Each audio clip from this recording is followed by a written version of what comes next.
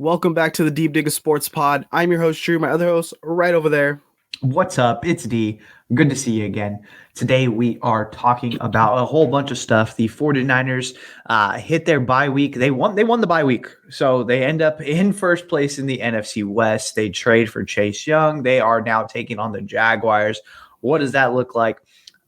This week in the NFL was wild. Josh Dobbs makes his Vikings debut just a few days after getting traded. CJ Stroud balled out 5 touchdowns. He looks amazing.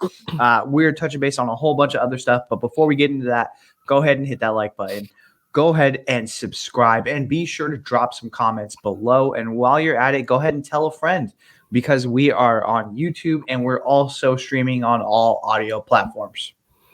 Yeah, it's hard. I mean, we're going to open with 49ers, but McDumbass was trending on Twitter during the Raiders game. And we're going to talk about the Raiders also. We're going to get there. Don't worry about it. Golly. Just so much going on in that. And this is like prime NFL, prime college football too. Like if we really wanted to talk Caleb Williams and all that, we could. Mike Penix. There's just this is like, there's so much going on in sports right now, and I'm loving it. Yeah, we'll probably talk some college football next week as we get closer to that playoff. It's coming up pretty soon here, right? Honor Stallions. Did you guys see the possum? Texas Tech possum? Him sadly getting dragged away. He was fighting for his life. I was seeing all the memes from it. It was like my girlfriend trying to drag me out to the pumpkin patch while I'm just trying to watch football. All right. Well, we'll start with the Niners here. They have the Jags coming up. Off the bye week, traded for Chase Young, tried to make another move for Adoree Jackson, didn't get it in time. Not the Niners' fault. I mean, who are the 49ers right now? Like, what do we expect from them going in this game in kind of a sneaky situation where the Jags, they could light it up against us? The Jags could, and the 49ers do not even have the advantage of coming off of a bye week while the other team had another game. The Jaguars are also coming off of their bye week. So they've also had 2 weeks to game plan, rest, and really figure out what can we do to exploit this 49ers defense and how can we attack this 49ers offense. With that being said, the 49ers did come out of this bye week with a win. So the Seahawks get blown out by the Ravens. This actually puts the 49ers back into first place. But this is a very sneaky game for the Jaguars. I think that, I've had it marked as a loss in my book. And I don't know, I kind of feel like it's going to go that way. I mean, you add Chase Young, you get a little bit healthier as far as I know Debo said on Kay Adams' show that he's going to be back for sure. I haven't heard about Trent Williams, but I'm assuming he's going to be back. Christian McCaffrey gets a little bit more healthy. So you really start to figure out, okay, what is it? This is a do or die week. You cannot be 4 games in the hole, 4 games in a row. So you've got to put everything on the table if you're the 49ers. And then if you're like the Jaguars, you're looking at it and you're thinking, okay, well, if we beat the 49ers, we're a badass team. Why wouldn't we keep striving forward? Maybe we could get the number 1 seed. Maybe we can be a special team here. We have what some were calling a generational quarterback. We have a Super Bowl winning head coach, and we have pieces all over this roster that make us special. Why not us? And so this is going to be a real separation Sunday here for both the Jaguars and the 49ers to see where they're at. Yeah, it's going to be I expect a great game, but it worries me because Trevor Lawrence, he could throw the rock, but the 49ers, we're leading the league in interceptions. I don't know if they still are, but Trevor does throw picks. He has been known to throw some interceptions. That receiving room, sometimes it like scares the shit out of me, and sometimes I'm like, these guys have no idea what they're doing. I feel like they hover between being really great receivers and being guys who are like, why aren't we getting the guys the ball? Like, where are they? Which receiving? The Jaguars. Jaguars, yeah. Yeah, because then like 1 week Christian Kirk's like going crazy, and the next week it's like, where is he? And like with all these guys in that room, like Calvin Ridley got talked up to me like he was going to be the best player in the league this year. And, I haven't really seen any highlights of him lately. But it's gonna be an interesting matchup. Travis Etienne's big for them. Our linebacking core really good covering the running backs out of the backfield, shutting that shit down. This is a game where Kyle Shanahan really has to come out firing on all cylinders. Like, we can't have another game right now where you're halfway through the game and you're like, what the fuck is Kyle doing? Mm-hmm. And like, Kyle's known to have those games where you're like, what? Why is he calling this? Why is he calling this way? Is he going to switch it up? Nothing's working. And then we lose by like 10 and you're like, maybe our offense could have like did something a little different. So he needs to just figure his shit out and like get some points on the board. Mm-hmm. And I think the key piece coming into this week, like I mentioned, Debo's getting healthy, Trent Williams is getting healthy, Christian McCaffrey's getting healthy. Another guy that really needed this bye week desperately, Dre Greenlaw. And I think we all know the importance of Fred Warner, but on the other side, Dre Greenlaw just brings a certain physicality. He sets the tone. When you need a big play, he is there, and he is going to match up very well against Travis Etienne. And I'm expecting fireworks. I'm expecting him to be shot out of a cannon this week, and so I'm really excited about that. I think that if you kind of look at it, adding Chase Young to this defensive line is kind of perfect because Chase Young is not a number one. Like, there's a reason why the Washington Commanders, Redskins football team did not give him his fifth-year option, while they were fine giving up Chase Young for a late third-round pick. He's not a number one guy. He's just not. He has one move, and it's a fucking bull rush, and that's it. But that's kind of what you need on the opposite side of Bosa. And you could rotate in Randy Gregory. I think it's a good spot for Chase to fall. Because he's not going to have to be that guy. He can still run up his numbers and have that physicality, but you don't need to be the finesse guy. You have that guy in, I was going to say Joey, and Nick Bosa. And then Javon Hargrave is still a monster. As I was saying last week, they had stopped double teaming Bosa and started double teaming Hargraves. So, I mean, this line is going to be pretty nasty, and it's coming where you desperately need it. Yeah, and just digging a little bit deeper into these stats for the Jags, what my main concern was our passing defense against their passing offense. But I don't think they, at least on paper, are looking like the high power passing offense I kind of had them in my mind to be, because all I see is like long touchdown passes when I see their highlights and everything. So right now, Trevor Lawrence, 1,900 yards, 9 touchdowns, 4 interceptions. So, not like amazing stats. Christian Kirk is their leading receiver, 520 yards, 3 touchdowns. Calvin Ridley, 450 yards, 2 touchdowns. And then you go to Evan Ingram, 430 yards, 0 touchdowns. And after that, there's really barely anyone contributing. ETN is the closest with 266 yards and a touchdown receiving. No one else has cracked 100 yards. So what I'm seeing here is ETN is their offense. Yeah. He has 7 rushing touchdowns, 580 yards rushing. Like, this guy is the key to their offense. Evan Ingram as well, just from a receiving stat, like yardage, he's really involved. But those two things, this defense matches up really well. Covering a tight end and covering a running back. Like, Dre Greenlaw's all over that shit. Fred Warner's all over that shit. So, I mean, I think we have a good setup here for a good matchup for this defense. I think it is going to be an even matchup as far as the offense and defense for the Jaguars, defense for the 49ers, where it's really going to have to come. But like, Kyle Shanahan and this offense are really going to have to step up. They're going to have to do their part this week. Like, again, Brock Purdy needs to shore up the turnovers. We need to find some cohesion as far as the play calling and making sure that we're stringing along drives and not leaving our defense out in the wind, because it is exhausting to go through long drives and then get off the field and the offense goes 3 and out. And it's like, oh, fuck. Like, what are we going to do here? So sustain drives, even if it doesn't mean running the ball 50 fucking times. Like, bro, like what? Like, it's okay to dial it back. It's okay to throw it on first down. We've seen that, like, the Cowboys have had success doing that. Oh man, we should talk about that game too. That was crazy. But I think that this is a big week for Kyle Shanahan. This is a big week for Brock Purdy, and they just need to go out there and execute. And we know that the Jaguars do have some athletes on that defensive line that will get after the quarterback. One thing about Brock Purdy is he is more mobile than people expect, or even I expect. And so he is able to wiggle himself out of those situations. And there might be another play that's off script that Brock can make.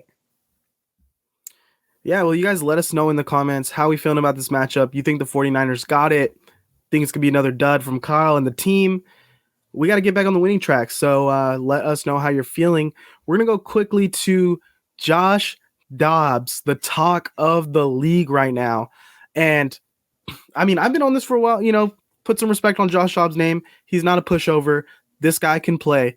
And I think watching him this week, when are we going to start viewing Josh Dobbs as a starter in this league, as opposed to some guy that just comes in, plays for a little while, and is off to the next position? I mean, it's all about draft status when it comes to Josh Dobbs. If he had been even second round pick, it would be different. But you do it.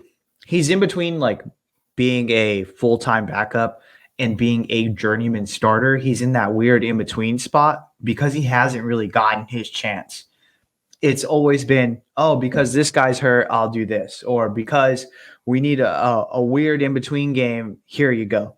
And so he hasn't really gotten that shot. But, I mean, we see, one, he's smart as shit. Two, we see that he has the natural talent and he does have a swag about himself that people do gravitate towards. And three, he can ball. Like, just flat out, he can ball. And so I like him. I just don't know if he's going to get a true shot at any point. But, I mean, performances like this are what keep you in the league. And, I mean, I'm sure it added 5-6 years to his career just on that one game. Yeah, and that's what I hate about this league is, like, you can go out and play great, but because of your draft status and because of, like, the image, it's like they're not considering him to be their starter next year. They're looking like, oh, really cool, but we're going to draft someone next year. Like, how well and how long do you have to play good enough to change that view on you as a player to actually get someone to commit to you long enough to show consistency? It's kind of a double-edged sword there. Like, how many times have we seen this guy come in the week of, or like very short notice, and play pretty well? Yeah, I mean, even going back to like his Steeler days, he did have a couple of plays where it's like, oh, okay, I like Josh Dobbs. What was it last year? Last year he was with the Titans, right? Yeah. He had to play. He almost won them the game. Like, so I mean, there's really what it comes down to is resources allocated. And so if we have a guy that we use a draft pick on this year, okay, well, you know what? Sucks to suck, but like we have to see what we got here. Or if we have a guy that we're paying the vet minimum towards, okay, well, you can ride it out. It's fine. And we'll just use you when we can. It's all about the resources allocated. I would say his stock is if he can ball out the rest of this year, someone's going to give him a shot. Like we see, even with the Steelers 2 years ago, they gave Mitch Trubisky after him sitting out a year. So, like, someone is going to be in desperate need. If fucking Tommy DeVito is going to be starting games for the Giants, like, Josh Dobbs should be getting his shot somewhere. And so there is just weird instances like that. Look at Tyrod Taylor. Tyrod Taylor was a guy who's a consistent backup, who was going to get his shot. Had a couple of weird instances where one, he had a punctured lung. And then the other one, what was it? They drafted Lamar. And so it's just, you just never know. I just think he's a guy that, like, I watch him play and I think he got it. Like, I think I'm not saying he's like a franchise guy, but I think he's a starter in this league. And who knows, if you give him more opportunity and more consistent play, he might be your franchise guy. He's better than Taylor Heineke. He's better than Jordan Love. If I'm the Packers, I'd be like, I'll take Josh Dobbs over Well, Jordan that's Love. what kind of what I want to get into, because I was texting you, like, I feel like this guy's on the Geno Smith path right now, where like he's gonna be a backup forever, and then somewhere someone's gonna be like, you know what, I like this guy, the team rally around him, let's make him the starter just for a year, and he's gonna earn the job. And I kind of want to compare right now Josh Dobbs with the tanking Cardinals and the one game with the Vikings. And the Cardinals, they got rid of everyone. They were not looking great. Mm-hmm. His stats on the year: 1,500 yards, 8 touchdowns, 5 picks. Geno Smith with all the weapons in the world: 1,800 yards, 9 touchdowns, 7 picks. Not a huge difference in quality there. So, I mean, I kind of want to ask, like, right now, I've seen this Seahawks offense. I've seen the Seahawks. Sorry. You know? Okay. I've seen the Seahawks offense kind of sputter out and be stagnant a few times this year. Taking Geno Smith or Josh Dobbs right now? I think we are seeing the shine come off Geno, and that's kind of what the Seahawks were expecting too, just based off of the contract. You can move off of after this year and not really take a huge hit. It is more of like a, hey, we're going to take care of you, but we're leaving our options open here. Like, I'm going to play the field a little bit. And I mean, if you had to choose one or the other, I think you go with the potential rather than the like proven. And what Geno's proven is he's probably like QB 22 or down. You know what I mean? Or not even 22. I would say he's like QB 17 is his max. That's where I'd put him probably. And so you think about it, and you're like, okay, well, if I could get QB 17 or I could take Josh Dobbs, who's an unknown, like as far as his potential, I'm going to take the potential. And so you always think, like, if you're building out your franchise and you're the coach, like, and like I can do it. I can get more out of this like guy. Josh Dobbs, his floor has been like 17, and with worse players. Yeah, he hasn't had a roster around him. No, never. And so, like, imagine him with DK, Tyler Lockett. Was it Bobo? Yeah, Bobo. Are you Bobo sexual? All right, well, let us know in the comments what you guys feel about Josh Dobbs. We're going to cut it right there before we talk any more Bobo. Yeah, let us know how you're feeling about Josh Dobbs. And we want to go to the Raiders really quick. The Raiders. So the team with former coach Josh McDumbass is they had a meeting. Well, we'll start there. They had a meeting before this past week, and airing of grievances, airing it out. Teams have it. They talk about what they complaining. They get all their shit out in the open, and then they move on. And Raiders moved on because it turned into the shit on Josh McDaniels show. Everyone let it rip. And then there's reports from Jay Glazer. Antonio Pierce went up, defended Josh McDaniels, and McDaniels came back at him and was like, hey, never talk about the Patriots that way. Yeah, so what Antonio Pierce, I guess, said was because he was on the Giant team that beat the Patriots. He was the team captain. He was the guy, right? And so he said, basically, like, the reason that we were able to beat the Patriots was because we believed every single one of us believed that we were going to win. And that's what we need to have here. We need to get back to believing in ourselves. And he ripped it, and everyone felt good. And he was like, I feel pretty good about this. Well, then Josh McDaniels pulls him aside and is like, don't ever fucking talk about the Patriots again. And it's like, dude, what? After I just kill this, after you asked me to speak in front of this team, you're going to do that to me? Like, that's ridiculous. And so I guess players, coaches had been meeting with Mark Davis, and finally Mark Davis pulled the trigger and fired McDaniels. Yeah, I think the Patriot way is not the way anymore. The thing with the Patriot way is you have to have the laurels to back up the Patriot way, and it needs to be consistent with now. Like, you can't be like, hey, 20 years ago I won a Super Bowl, so my way or the highway, buddy.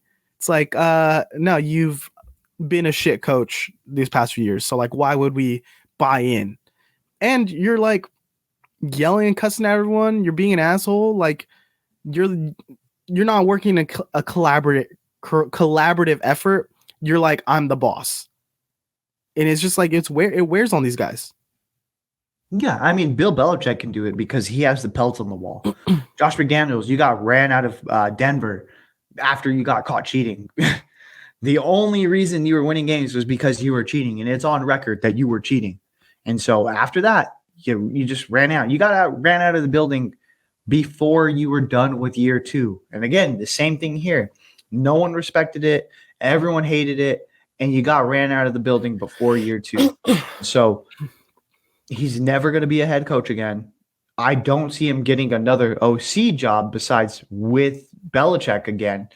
And it's just one of those things, dude. Like, you can't be like, yeah, you come from a coaching tree, but at the end of the day, you need to be comfortable within yourself. And I just don't think he's a guy that is. Like, he just seems like a little bit of an odd dude. Maybe college would work better for him, where he is kind of the leader, like the old guy that's in charge of everyone. I mean, more militaristic setting, you know? Transfer portal. That's it. No, I'm but in like, that transfer portal. That's why Dabo Sweeney is over there struggling, because like he is one way and it works with a certain amount. But when you give people options, they're like, yeah, you know what? I'm bouncing out of this. Yeah, because it's like, would you rather, you know, get treated terribly and lose, or go have fun and lose? Like, or go fucking win. Yeah, or go win. But like, if you had the choice, like, what's a team that's bad right now who's like having a good time? Is there any of them? I would say the Vikings are like that borderline team, where they feel like they're having fun. I think even like the Panthers don't feel miserable. I don't know. It seems pretty bad. It seems not as bad. Like I think if you went in the Panthers locker room compared to the Raiders locker room when McDaniels was there, like you'd be like, this isn't that different, which is crazy because the Raiders had more than one win. The Panthers just got beat at home by the Colts. The Colts literally had Jim Irsay dancing in the locker room. They beat the guy that they just fired. You know, they were hyped as shit. This was a Frank Reich revenge game, and they were like, yeah, nah, fuck it. Yeah. We don't want to perform. And it's like, it's more than the record. McDaniel's just making terrible, shitty decisions based on ego. Like, we're not getting the ball to Devontae Adams. Like, what are we doing here? Hunter Renfrow doesn't exist anymore, I guess. Like, ruined this guy's career. Josh Jacobs not getting picked up and then turning into like the best running back in the league, and now he's like disgruntled. They're not like, where is he now? I mean, Darren Waller, I guess that trade worked out, but on this team, he was amazing. Like, there's so many questionable decisions, and like that's just like the top of the surface, and they look terrible. And I think if I'm on this roster earlier this season, Jimmy G goes down, Brian Hoyer's your choice to go in at quarterback, you lose all my respect, because Aiden O'Connell looked great in preseason, and as we saw this past week, he is the best quarterback on the roster. So you're gonna roll with Hoyer because he's a Patriot? Nah, you gotta get. That's one thing I will say is Josh McDaniels doesn't know how to develop a guy. Like, we seen when Aiden O'Connell went out there against the Chargers, it was like historically bad. Like, Khalil Mack had 5 sacks by himself. That's not just on the O-line. That's also on Aiden O'Connell, but that's also coaching. Like, hey, we got to go. We got to pick it up here. Like, you start to tell Aiden O'Connell to make those adjustments. And Josh McDaniels just doesn't have that in his bag. That's just one of those things he just doesn't have. He's not a people person. He can't connect with someone and be like, hey, this is what you're doing. I want to coach you up on it. He just let him have it. And then afterwards, he was shitting on Aiden O'Connell. And it's like, what are we talking about here, dude? That's you. You are allowing this. You're either coaching it or you're allowing it to happen. And he was choosing to coach the outlier fringe things when there was the bigger problem in the room. He wants to be every like 90s sports movie idea of a coach. The zero fun, sir. We're playing football is not fun. Yeah. He wants to be that, and that just doesn't work in today's age. Like, you're not gonna be an asshole and earn everyone's respect that way. That's just not, it's not realistic. And like even back then, I think it was like, yeah, they're winning, but like only a handful of guys were able to pull that off. And I think those coaches who were hard asses had like a level of understanding and care for their players where there was like this underlining, like, you know what, I'm gonna be there for you because like I actually care. But this guy is like, I'm a dick and like I just want you to perform for me. Mm-hmm. Like I don't give a shit about you. Like I'll ruin your career like Hunter Renfrow. Like, so why would the players care for him? Yeah. And so it's just like about connecting with people. And on the other side of the coin, Antonio Pierce, he had, I don't know if you've seen his opening speech, like when he got announced as the interim head coach, he killed it. Talked about how he was from Compton. I've always been a Raider. I'm a Raider for life. Dude, it's just awesome. And he probably like, he knows more than anybody what it's actually like because he's been in the locker room before. He knows what it takes as far as, hey, to get to the pinnacle, which is winning the Super Bowl. He has pelts on the wall before he even got into this coaching shit. And now he's actually doing really well as far as coaching. And so I know they did say like, hey, this isn't just the interim thing. Like he is auditioning to have a real shot at being this Raiders coach. And even if he doesn't get the Raiders coaching job, I think there's going to be some openings this year coming up that people are going to want Antonio Pierce in that building. Like we see what type of duty is, and people just gravitate towards it.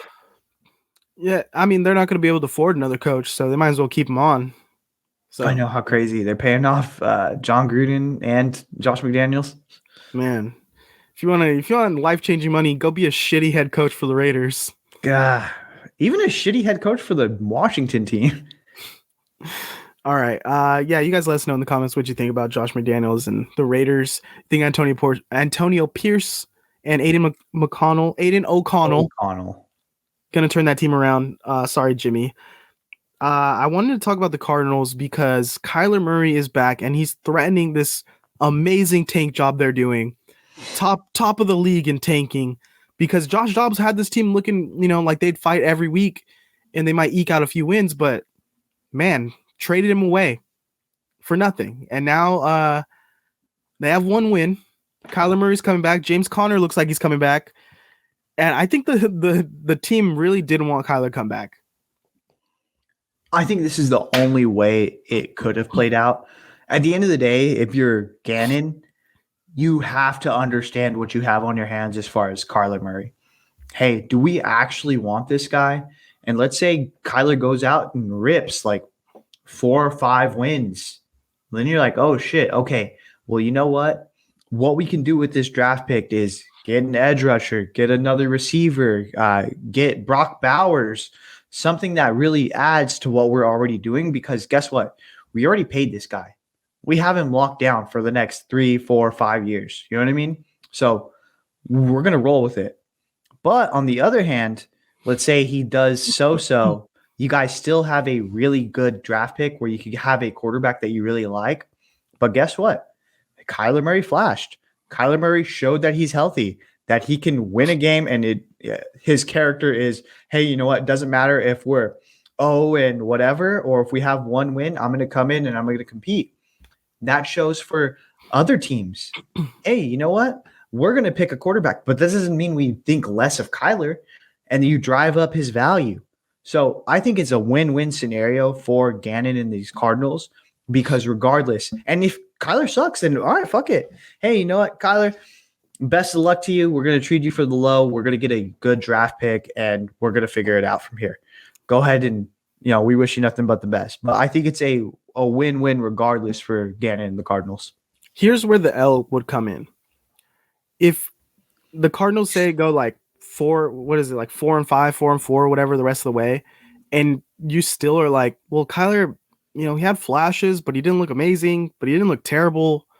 I mean, it'd be nice if we moved off him, but now we're fucked because we have like the 7th pick. Like that's where you're now like, man, we really fucked up because it'd be nice if we could get up in the top 3, but now we have Kyler who like didn't increase his trade value, ruined our chances of getting a top pick, and we're kind of stuck in the same place where we're at. But if you're picking at 7, you don't think there's a guy that you would like there? You don't think Mike Penix or Bo Nix? I don't know. Okay, well, let's talk about the teams right now who could be in that top range. So all the teams with 2 or less losses, the Panthers, the Bears, the Cardinals, the Giants, the Patriots, and that's it. So all these teams, like, who's taking a quarterback? With the Panthers? Well, they can't because it's the Bears. It's the Bears. So the Bears twice. Yeah. So Bears take 2 quarterbacks at this point. Bears would probably take a quarterback and Marvin Harrison. So Bears, they would take a quarterback. Yep. Giants probably would take a quarterback. Patriots, I think they would take a quarterback. So all those teams are in front of you. You're gonna take what, the 4th quarterback? I mean, depending on how it falls, like who they like, and if it doesn't match up with who you like, there is a chance. But I get what you're saying. Yeah, and because this is a quarterback heavy draft, dude. And if you like look at it and squint just the right way, you could find your franchise guy. Yeah, I mean, and then like looking around at the teams above 2 wins, there's not another team that I kind of see in jeopardy of falling down to this bottom pit of top picks. So I really do think it is in between the Bears, Cardinals, Giants, and Patriots right now. Yeah, the Giants really lucked out with Daniel Jones. They have an easy way out. They don't have to resign. They do, obviously they have him there, but like now you have a rookie quarterback that you can hand pick, and it's like, oh, you just bail us out, Danny Dimes. I think it's lining up honestly perfect for the Bears as well. Like, get the best quarterback in the draft and get the best any other position. Get the best edge rusher, get the best receiver. Like, it's looking really good. It's looking pretty bad for the Panthers. I mean, we'll talk about them a little bit later with CJ Stroud. Yeah. They whiffed twice in 2 different. Well, let's get into that. I mean, Cardinals, we'll see what happens. I kind of hope Kyler goes off because I picked him up in fantasy like 2 weeks ago, and I need a quarterback bad.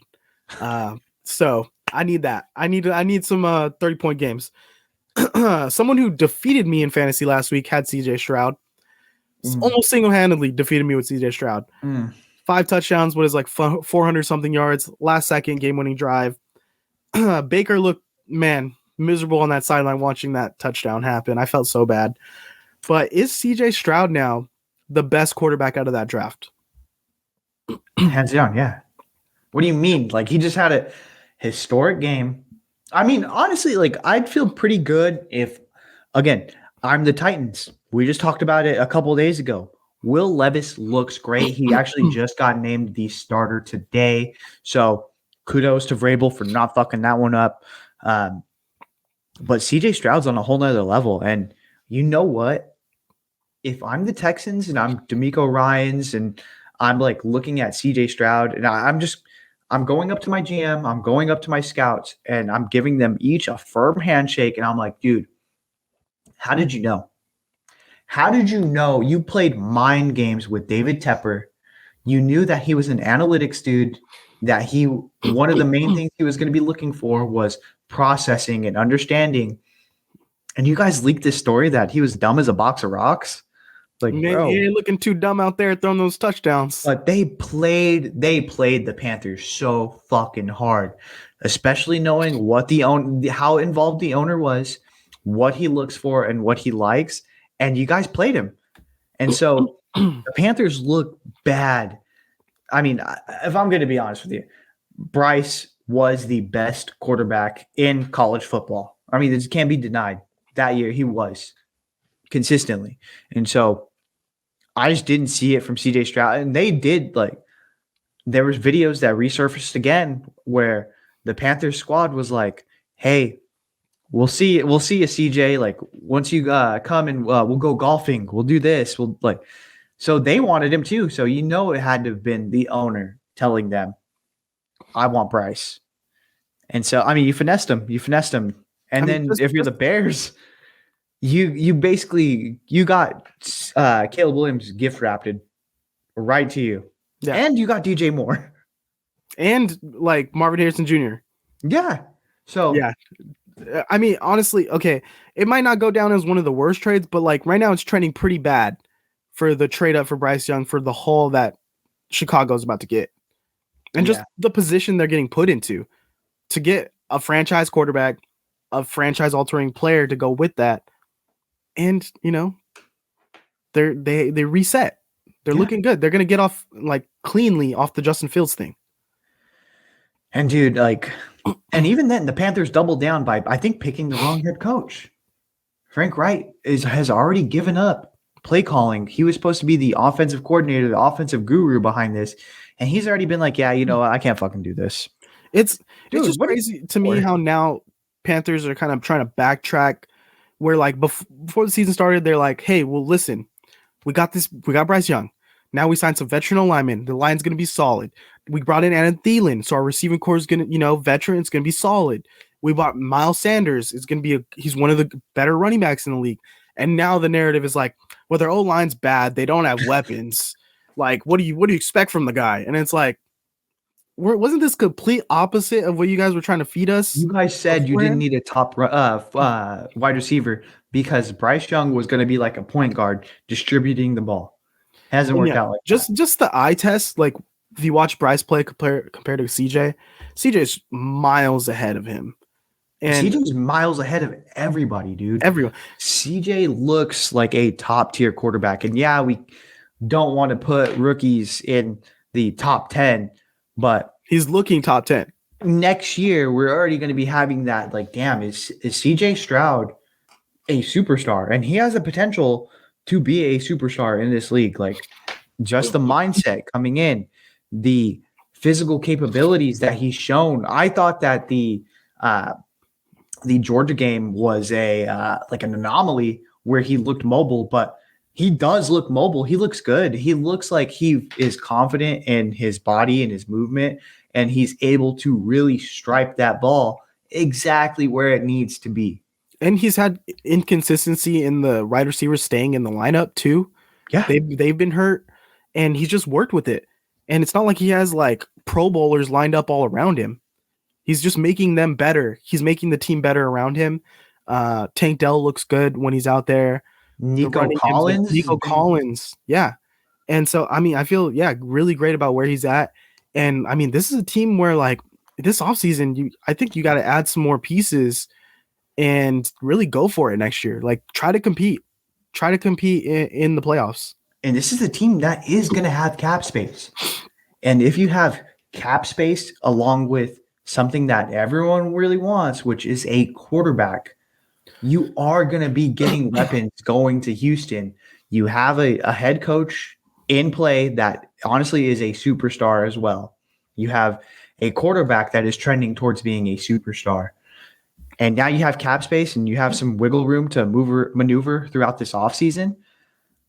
They're going to be pretty good for years to come, dude. Yeah, they're looking like they're building something great. Just a side-by-side. Bryce Young, 1,300 yards, 8 touchdowns, 7 interceptions this year. CJ Stroud, 2,200, 14 touchdowns, 1 interception. Is it crazy? I mean, if Anthony Richardson was healthy, I think would the rankings kind of go CJ Stroud, Anthony Richardson. He looked great when he was on the field. Aiden O'Connell, Bryce Young. How are you ranking him? Where are you putting Will Levis in there? Oh, Will Levis. I completely forgot Will Levis. I mean, Will Levis, he's done it for like 2 games. Okay, I'd have to go Stroud, Levis, O'Connell, and then young Anthony Richardson. But when Anthony Richardson was on the field, he did look pretty special. The one thing with Richardson, he was banged up in literally every single game he played. I just don't like that. You know what I mean? I want my guy to be able to fucking play. And so, like, I can't rank Anthony Richardson up high if he's not playing, which he isn't. Yeah. So, and right now, I'd probably still put Bryce above Aiden O'Connell. I mean, he has 522 yards, 1 touchdown, 2 picks. But the eye test, Aiden O'Connell looks really solid. He looks solid. Oh, I'm talking about Bryce. I'm talking about Aiden. Aiden looks really solid. He looks collected. He looks like he is like has that Brock Purdy thing of like, I'm not going to get fazed by this. So, I mean, not to say Bryce Young doesn't have that in him, but Aiden, I think the eye test. I think he's going to start to get there. And did you see that CJ Stroud already has as many touchdowns as Kenny Pickett in his career? Wow. Did it in 13 less games. Another team who could use a quarterback. Kenny Pickett fucking sucks. Well, you guys let us know, where do you guys rank these rookie quarterbacks? Where's Bryce fall? Is Bryce better than what we're saying? I don't know. Let us know. I just want to wrap up this football talk with the Ravens. Another dominant win here. Beat the Seahawks. Ruined my bets. They destroyed the spread. Is this the best team in the league right now? I am hesitant to say yes, only because Joe Burrow looks amazing. And the Bengals are fucking last in the AFC North. They are last. But they look like the best team right now. They just went out and kicked the shit out of the Bills. Week before that, they beat the shit out of the 49ers. They look hot. They look like one of the best teams in football. But the Ravens have done it all year. Lamar Jackson looked like he's playing MVP ball. I mean, if you were to put your power rankings as Ravens number one, no one could be mad at that. They are good, dude. They're a good team. We know that Harbaugh always has his guys ready to go. The defense looks pretty awesome, and just with weapons, with a true receiving core, look at what Lamar Jackson is doing, dude. And he hasn't had to, I guess, be that I'm all or nothing on the run. He hasn't had the Greg Roman experience. He's been able to air it out and still looked amazing. Like, I know some people with running quarterbacks, they feel like, well, if you make them be a pocket passer, that just negates them altogether. And look at what Lamar's doing. Lamar, when they have defensive have put him in the pocket and made him like, hey, beat us as a quarterback, he's diced him up. Yeah, I mean 80% completion percentage on the year, or that's in the Seattle game. Sorry, he's looking amazing as a passer. He's not running as much, but that threat is still there, and that really affects the game. I think what? There's one thing when like you could tell last year it was a little bit not hesitant, but almost like you could tell the contract was weighing heavy on his mind. And now that he's signed for long-term with guaranteed money. He is back to playing a little bit more free. When he's running, he's taking off and he's more confident in it. He's sliding a little bit later. He's staying in the pocket a little bit longer, able to throw it. So you can tell that it did take an effect on him. And now that all that shit's passed and they did get him weapons, he looks good, dude. Yeah, 440 rushing yards on the season, 5 rushing touchdowns. So he's definitely running the rock. I mean, he's looking great. The team's looking good. I mean, Roquan Smith out there making plays. How did they let? Who's the other defender they got there? A linebacker. Patrick Queen. How did they get Patrick Queen and Roquan Smith together? Like, who let them do that? That's ridiculous. Bears. The Bears. Oh man, Ryan Poles really ruined the rest of the league for us Bears. That was a Madden level trade. But yeah, they're looking good. I think the 49ers are going to see this Raven team on Christmas, and so it's going to be another scary game. Fight. Another scary game for the Niners. I mean, it's going to be interesting where they fall competing against like the Chiefs and the Bengals at this point now. Yeah, because I mean they beat the Bengals earlier in the season, but Joe Burrow was clearly not healthy. Yeah, he's not where he's at right now. Yeah, and I'm not a big. I don't think the Chiefs are as good this year. I'm not a big fan, and I know you were saying that they were the number one team ever in the history. You were like, I said they were the number one team. You were like, I will take them. I will take Taylor Swift. This was pre-Taylor. You're like, give me Jackson Mahomes, give me Brittany Mahomes, give me Taylor Swift Mahomes. No, Taylor Swift Kelsey. But anyways, you were like, give me all that. I want. Did you see the picture of Brittany Mahomes, Taylor Swift, and Selena Gomez holding hands? Oh no. Yeah. And there was some other people there. I don't remember their name, but yeah, those were the main ones that I care about. But yeah, like I'm not that high. Like they need a receiving core. Like they're really gonna have to do it with this run game, and we know Andy Reid just doesn't lean towards that. You know? Yeah, I mean it's gonna be interesting where the Ravens fall at the end of this because Miami questions raised about them, Bills They're questions frauds. raised about them. Frauds. Right now, I mean the AFC is looking kind of stacked. If like Bills and Dolphins get their act back together, that's Yeah, I crazy. mean, right now, Crazy as of one right through now, five. if the playoffs were to start today, the Bills are not in the playoffs. Wow. They are not. So, I mean, it's going to be tough, dude. Well, I mean, I'm sure the NFL script is gonna write Josh Allen into the playoffs by the end of this. But again, look at the AFC North. The Bengals are the last in the AFC North. If the Steelers keep finding ways to win, they're going to get in. The Ravens are looking like the best team in the AFC.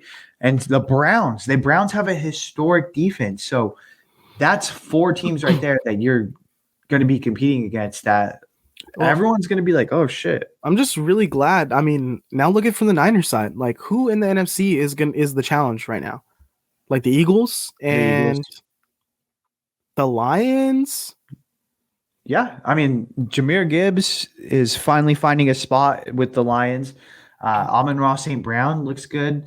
Jared Goff, we know he doesn't back down from these 49ers. He's seen him. He's pretty comfortable with a lot of these guys on the team. So he's seen it multiple times year in, year out. Yeah, he didn't do great, but he's not going to back down from him. But I feel much safer. Likes that. Yeah, I feel much safer in the NFC as the Niners than going to that AFC with like 1 through 5 is like pretty loaded. Row. Yeah, pretty loaded 1 through 5. And then get into after that, it's like, man, you're getting some ugly dog fights in those games. Yeah. I mean, the NFC, who's going to win the South in the NFC? It's a fucking shit show. Who knows? All right, well, let us know who's the best team in the league right now because Ravens are looking pretty great. We want to wrap up right now talking some basketball. I know we've been pretty football heavy lately, but we do talk all sports here. I mean, World Series happened, whatever, who cares? Warriors are playing basketball right now. Off to a hot start, 6-2. Steph Curry, I think he's averaging like 30 points a game. CP3 seems to be working within this team. Question mark. How are we feeling so far on the season? I think it's good. I think. Well, did you see Draymond get kicked in the nuts? Yeah.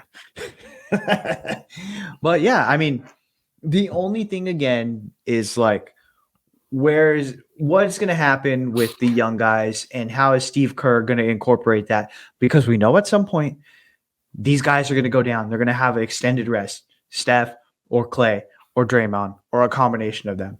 So we know that there's going to have to be some catch up at some point. And where do those minutes come from? And how does Steve Kerr work within that? And I mean, this year it does seem like the bench is rounded out with CP3, like actually moving to the bench and accepting that role. And two, him having a ton of assists. He doesn't have a shot for shit. I think me and him have the same shooting percentage this year, and it's bad. And so that's one thing. You're not going to get scoring from him, but you have a high IQ, just a guy who sees the entire court. And on top of that, he is a fucking menace to the refs. He will bitch and complain and get calls all fucking day for you. And so that's one thing. Like, that's something that the Warriors just have been missing. You know what I mean? Just someone other than Steph that, hey, calm down. I've seen this scenario. I know what we're going to do here. Hey, go ahead and loop it around this way, or don't take it from this side, take it from this side. So, like, just someone with just high basketball IQ. Yeah, I agree. I think trading for Chris Paul, Jordan Poole, like the value was like so lopsided. I think because Jordan Poole, young guy coming up in his career, and then Chris Paul, like who would have wanted him and taken on that contract, you know? Yeah. But I think stylistically it works so much better because what did Jordan Poole do all the time? Just recklessly run into the paint and like lose the ball.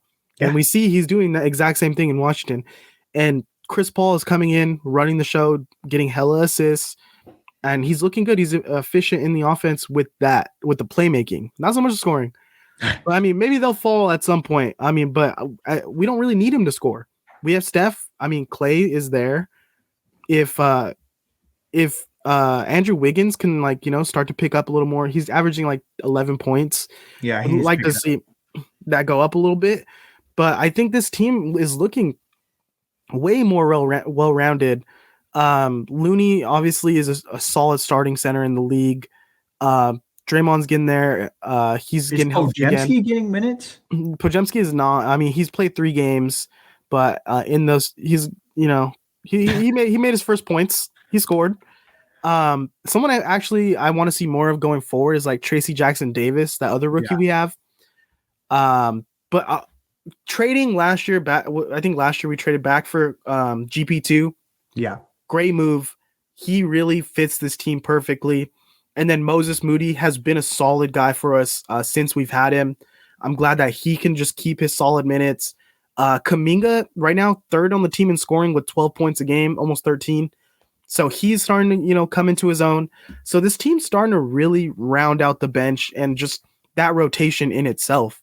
I mean, you have the shooters, you have the defensive guys, you have the assist guy now, and now we can kind of play with those. Yeah, and I mean, as it's going through the season, I think we're going to start to see a little bit more fluidity and solidarity with this lineup. It is looking like it's going to be the last ride for Clay. Clay's not coming. I don't think he's coming back.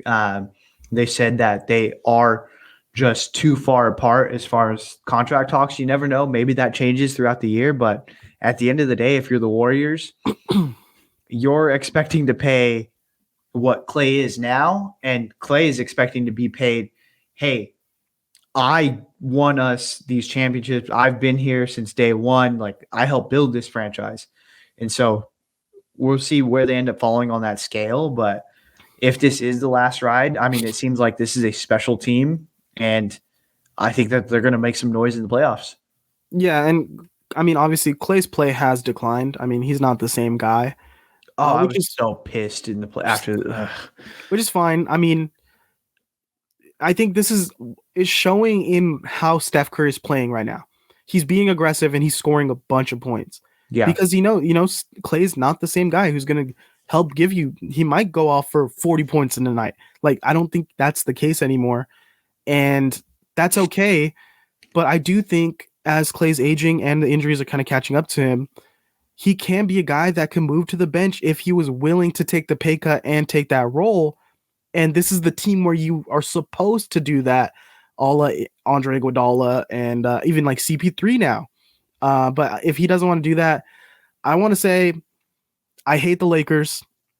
I don't like LeBron, but I would love for Clay to go be a Laker and like just get that for him, like in his family, why not get another decent paycheck, go be a Laker for the end of your career and like follow what your father did, Yeah, it makes sense.